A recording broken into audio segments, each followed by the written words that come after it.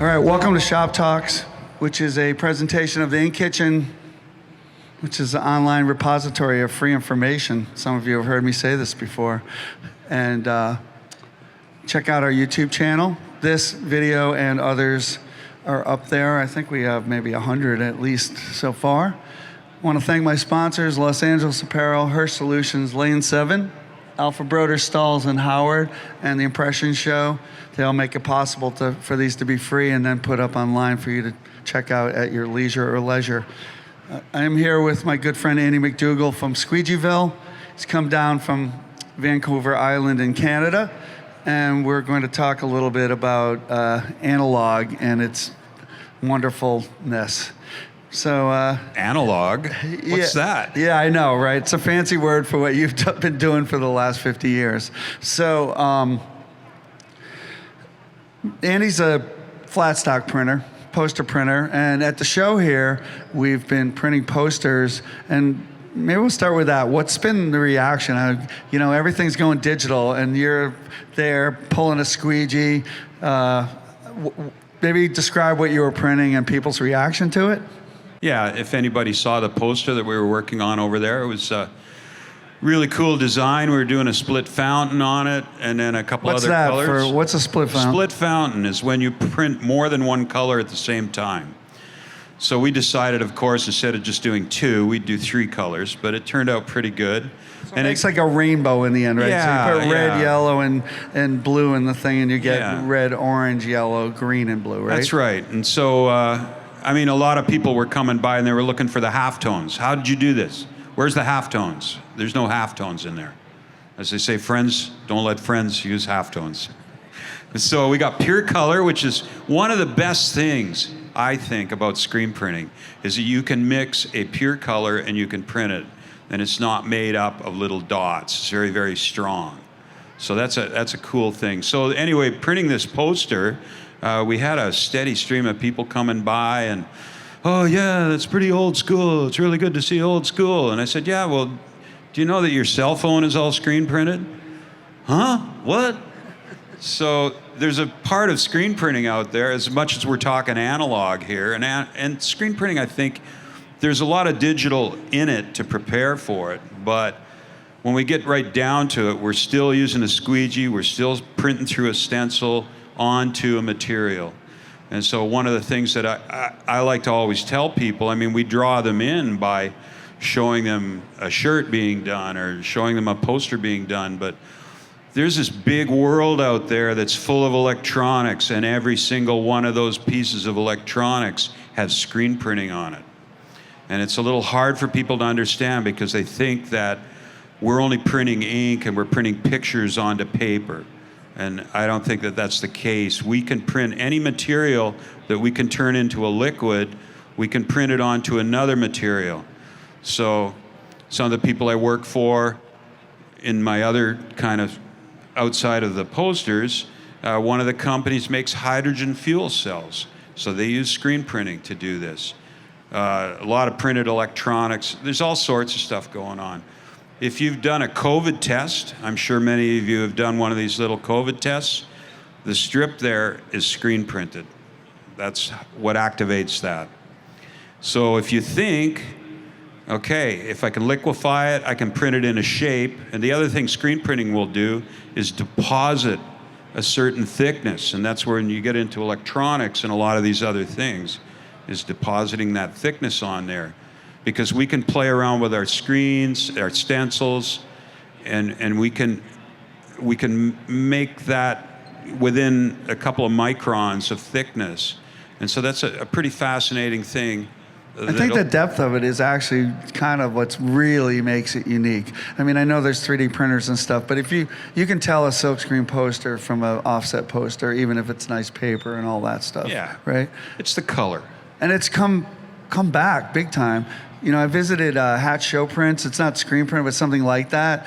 And I don't know, maybe 10 years ago down to like, they used to make all the posters for Johnny Cash Right. and all those country people, and they were down to like 1 day a week making carnival posters. Now they have like a 9-month waiting period to do posters for bands. You know, like now bands have to make money some way. They can't sell music, right? They got to tour and they got to have merch, and nicely printed posters are huge. You know, I know the Farm Aid concert, we used to do like sell a couple hundred. Now we sell sometimes almost a couple thousand posters. Yeah, I think there's a lot in the, Oh, there's the posters in the middle there. Yeah. So But yeah, this whole thing of the merch, you know, all the bands are making money touring, and you know, I like to say, you know, you could have 1,000 posters, they're going to be about this thick. 1,000 shirts, that's going to take a lot more room. And a lot of like all the bigger acts, they're commissioning artists and they're screen printing them. And we have some of the shops that are full-on screen printing shops. They're getting into, they're using a cylinder press, which is a type of screen printing press. It's very high speed, and it will do between 2,000 and 3,000 impressions an hour. So the main problem is drying it that fast. But these guys, the volume is going up all the time and all the time. And they're doing multicolor. You know, it might be a 6-color, an 8-color. And so if you're printing them by kind of hand, or you're using a semi-automatic and then racking it, you can't go fast enough. So kind of interesting in the industry. It seems like on one level, everything is being automated screen cleaning and like high volume, you know, something like the Oval Jet or the Brother systems, cranking things out. On the other hand, there's this like, you know, crafter individual thing going on, and seems like poster printing can fit into that. I mean, there's pretty low barriers to, you know, cost to printing your own posters, right? I mean, two things, I guess. Maybe talk about how low the cost could be to get into it, and then talk about maybe the inspiration of your assistant there, who had never seen posters printing and is taking all the stuff home with him make his band posters, right? Well, I mean, it can come down to a couple of clamps and a tabletop. And if you've got a screen and you got a squeegee and you got some ink and you can make that screen, you're printing. So really, like for $50 or $100, you can start printing posters. Well, in really. Canada, it's about 200. But seriously, you can get into it, and if you can make something that's saleable, I mean, you can turn around and sell it. We always try to inspire the kids in the local school to print, and they're not necessarily printing posters, but I was telling a few people, we had this one group, we have these portable one-color presses that you can take out, and we've trained a number of teachers. So one of the teachers took it to their school. One of the kids designed a logo. They were printing at lunch hour. They raised $1,000 in a week. And all the kids were bringing their own shirts in and getting them printed. And they charged them $5 each. So I think that there's a lot of opportunity there for people. I mean, a lot of people in the industry, you go online, some of the forums, you know, they're always putting the people printing in their kitchen or their garage, they're putting them down. But if we scratch the surface of this industry, you're going to find like a lot of these big companies started at a tabletop or started in a garage. Guilty as charged. Me too. And so Snake Hips Lulu was my first t-shirt that I printed. I lived in Edmonton, and they had a thing called Klondike Nights. Or Klondike Days. It was Klondike Days. So we did. We had a dance hall floozy on it. It was called Klondike Nights, Snake Hips Lulu, and we started printing these in the basement, and we sold a whole bunch of them. So it was pretty good. But yeah, you don't. You know, that's the beauty of it. The barrier to entry is very low.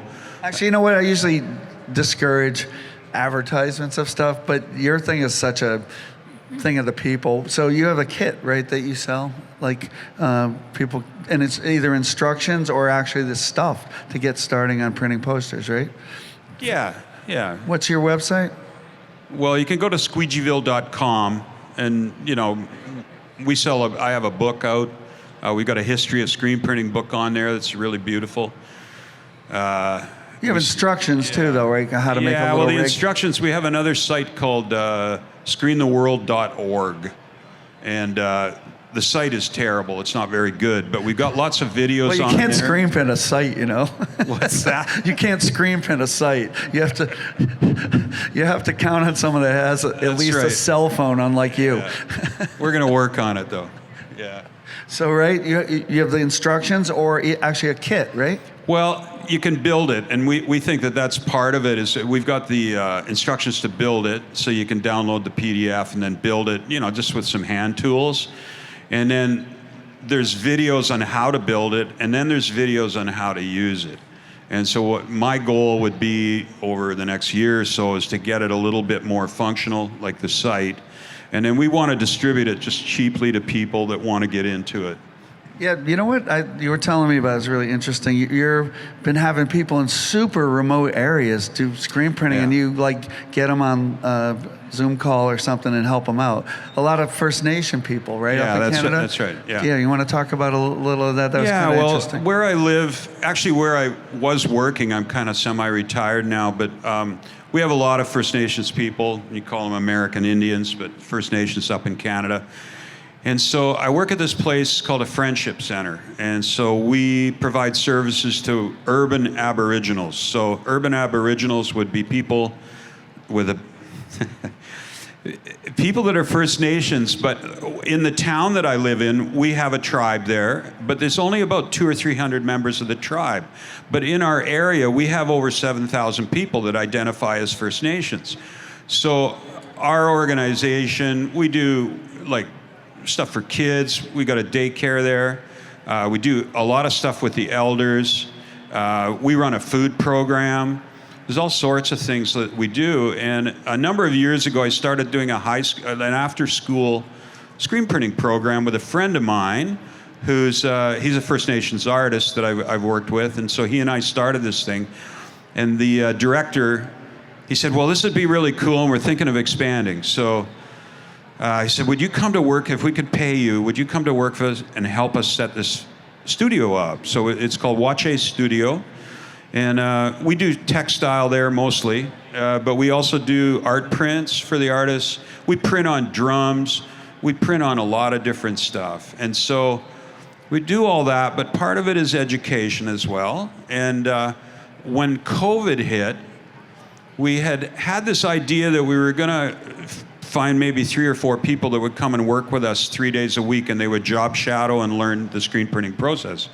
So we couldn't do that with COVID. So we kind of pivoted, and we built this screentheworld.org.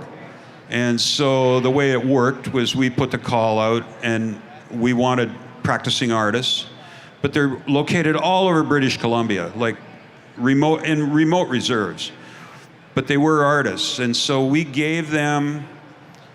We sent the kits to them and gave them enough material to be able to print, and then we had a 10-week course, and we would meet up with them 2 times a week sometimes on Zoom, and they were assigned first we sent them a screen that was already done, so they had to put together their table and print a poster. And then once they did that, then they had to actually learn how to coat a screen and burn a screen. And we gave them little LED lights and a compression, it's just an easy way to make a screen. And so they had to learn that. And of course, I think in screen printing, the hardest thing is making a screen. Like, it really is. The rest of it is easy, but figuring out how to make a screen is really hard. So we would coach them through it, and everybody had their problems, but everybody was in the group, and they could see that everybody else was having the same problems, and then they worked their way through. And at the end of it, as we got them printing a 2-color print, a couple other things, but to graduate the program, they had to make 3 products. And so they would make, some people just made a couple of different shirts, some people made posters, some people were printing on hide and things like that. And at the end of it, we ended up with a number of these people in their community being able to print, and they've kept with it. And so we didn't have success 100%, but we had probably 3-4 people in each group of 10 that started making products. And the best one was this one fellow. He was a pretty shy guy, and when you had to do your presentation at the end of it, we get to him, and he goes, well, I'll show you what I've done. And he turns around and he's got racks full of clothing that he's printed all these designs on. And then he sent us a note and he said they went to a powwow, and he said the neatest thing was to see, he sold a whole bunch of it, and to see people walking around with his designs. And so that was really cool. That thrill never goes away, actually, right? Oh yeah, I mean, I was thrilled out there to print.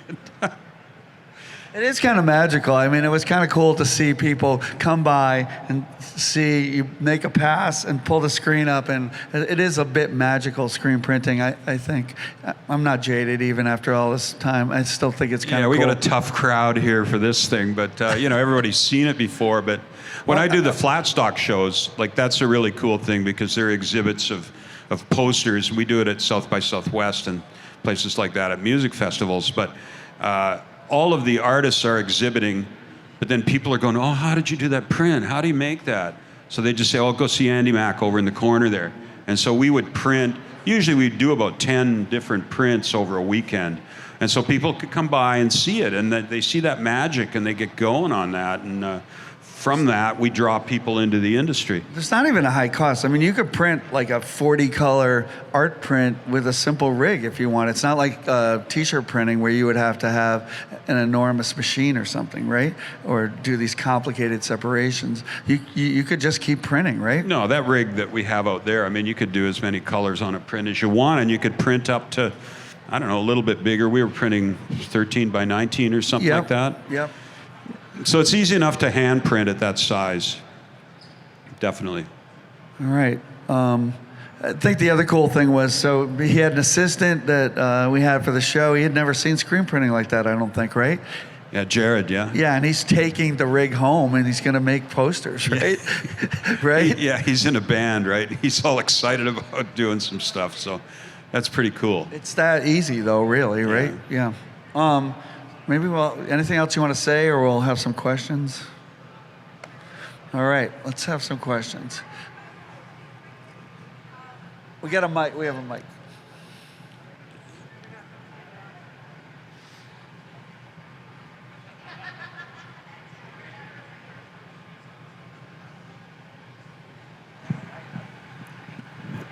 Hi. Hi. My name is Lynette.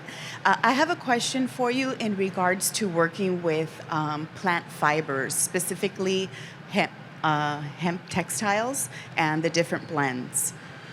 Do you find any difficulties silk screening those materials? I don't, personally, I mean, I think we've done some hemp before, but we use water-based exclusively in our shop. And we haven't had, I've never had any issues with it. So. Yeah, there's tests you can do on it. It's called a dye migration test to see if you have issues with that. That's a pretty low cost way to test something before you print it. If you go to inkitchen.com, dye migration, you can find out how to do that test, actually. Usually, depending on where you bought the material, so a lot of the manufacturers, Sanmar in particular, but I know some of the other ones as well, will tell you if you have to take special precautions with a certain fabric. And the ink companies, a lot of times, if you have a good, reputable ink rep in your area, or you can write to me. I'll give you my card after, and get you hooked up with somebody that can give you accurate information about what to do with a particular fabric. You can't usually, in the old days, you could say, just use this one ink, it'll work on everything. If anybody tells you their ink will work on everything, walk away. It's not true. It is not true. And if anybody wants to debate me on that, we'll have a shop talk next time. There's no ink that works on everything. So you have to figure out on the particular fabric. And sometimes even within the line of fabrics, only one color might need some other special treatment. Seen that? Is that? All right, good question. Other questions? Anything about screen printing, poster printing? Ron? Hockey? Anybody want a hockey talk here? Yeah, I was just wondering, do you guys have any tips for someone like just starting out with water-based poster printing? Oh, yeah. Okay. Now, I know it's a nasty word to use here, but we were using speedball inks out there. They're acrylic. I also use TW, which is another water-based brand. But one of the things that a lot of people run into a problem is that when they're starting to print, when they first ink their screen up, you'll pull the print and then you'll be looking at your print and then it starts drying in the screen. And so... So don't look? What's that? So don't look? Yeah, well, that's a thing, you know. But what we do is we put a little bit of soap, just a little bit of soap in a water and a spritzer, and we'll wet the screen down before we start printing. Because when a screen is really dry, it absorbs the moisture out of the ink, and that's what makes the ink dry. So if you wet your screen down, it makes a little bit of a mess when you're first pulling your first couple of prints. You got to print that out, but it'll keep your screen open. And so that's one of the first things I'd say. And then the second thing that I'm always telling people is, like, when you get to the end of the run, make sure you clean all your tools. But you also, if you've got that spritzer with a little bit of soap in it, if you soak your screen down right after that, it will keep it moist until you can kind of clean your tools up and scrape your ink up. So, and then as far as, don't get too detailed on your first go. Like, don't try to print a 100-line halftone screen or something like that, because you're gonna start crying and you'll be drinking a lot of beer and going, oh, this sucks. So do it easy. Is this spoken from experience? Yeah, all the time. The other thing is they sell retarders for some of the screens, and some of the inks, you can put a retarder in there and it will dry not as fast. It also will not dry as fast on the rack, so keep that in mind, but especially when you're beginning. The other thing is to not get overly frustrated. It's I don't know if you know how to cook at all, but if you're making a pie crust, it's really hard until it isn't, because you got to do it fast enough that the butter doesn't melt. And so it's the same thing with this. Eventually, because you'll get less awkward and go faster, that won't dry, and you'll forget that you ever had those problems. So start with some easier things. Have a lot of scrap paper around so that you can keep going when you maybe have some kind of issue. Make a good stencil, like he said, so that if you end up having to clean it and start over, that it's going to hold up. And it's if you can get past that initial frustration, I think it's not as hard as a lot of people make out. I think there's one other thing, and I mean, it holds true in all screen printing, or all printing, is before you dump the ink on your screen, make sure you know where your paper is. Make sure you know where it's going to go when you're going to rack. Make sure you got a little bit of like cloth or something if you have to clean a mess up. So get all this stuff done beforehand before you dump the ink on. And once you commit to putting ink onto the screen, turn your phone off. You can't go to the bathroom. You can't leave it and go have lunch. It's not like plastisol. So you be ready to go, and you go till you're done. Is that why you don't have a phone? So you can't That's be right, distracted. because I'm printing all the printing. time. I'm cell phone free, ladies and gentlemen. I'm the only person in Long Beach that doesn't have a cell phone. So. Oh, see, people like that. Do we have any other questions or comments? I think this guy did. Ronnie? I used to teach adult education screen printing, and on paper, but we used Vault organic inks, and so inevitably the image would dry in the screen, and then they'd go, "What did I do wrong?" And I said, "Well, you looked at it, you had a conversation after you printed it," and that was the most frustrating part. And we would use mineral spirits to clean out the screen, so it was a different experience, but I really appreciate seeing you work out there, and I appreciate what you do. Oh, thanks. Cheers, thank you.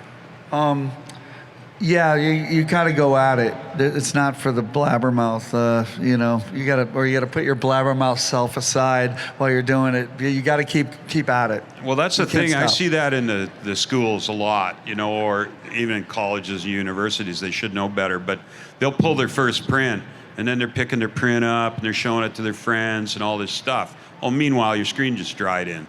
So if you're gonna commit to printing, you have to be on it right when it's happening. It's not plastisol. That's the biggest issue with printing with the water-based inks and doing posters, I would say. But once you get it going, you know, and don't give up, because if it does dry in with the water-based ink, you just clean it up. You don't have to use solvents anymore. So just clean it, have some patience, have lots of print off, like save all, don't be throwing, like if you're printing and you must mess up prints, don't be throwing them around and getting dirt on them. Put them in the racks, save them, because they can be your setup pieces, and you don't have to wreck all your good ones. And so when we're doing long runs or we're doing art prints, if we mess a print up, we'll put it to the back of the rack so that we can use it as a setup pieces for a second color, third color, fourth color, so you're not wrecking your good ones. And that's the, like, another trick that goes along with it. If you live in a really dry area, also, like, a humidifier in the room helps.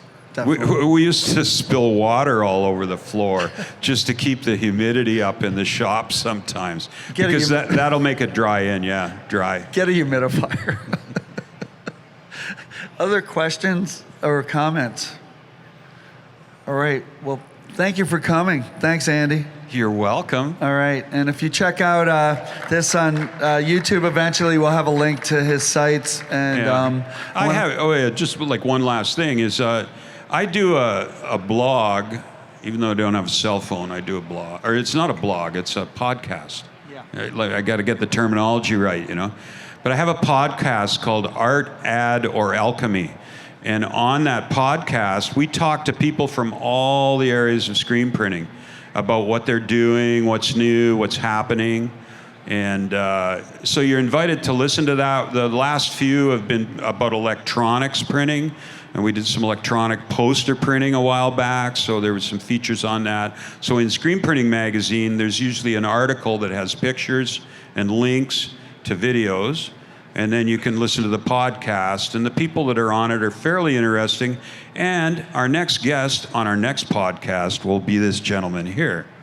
So we're going to talk a little bit about the fundraising that we did here and the fun that we had in printing the posters. And I thank everybody for coming by. This is great. Thanks for having me, Rick. all right. And how about another hand for Andy?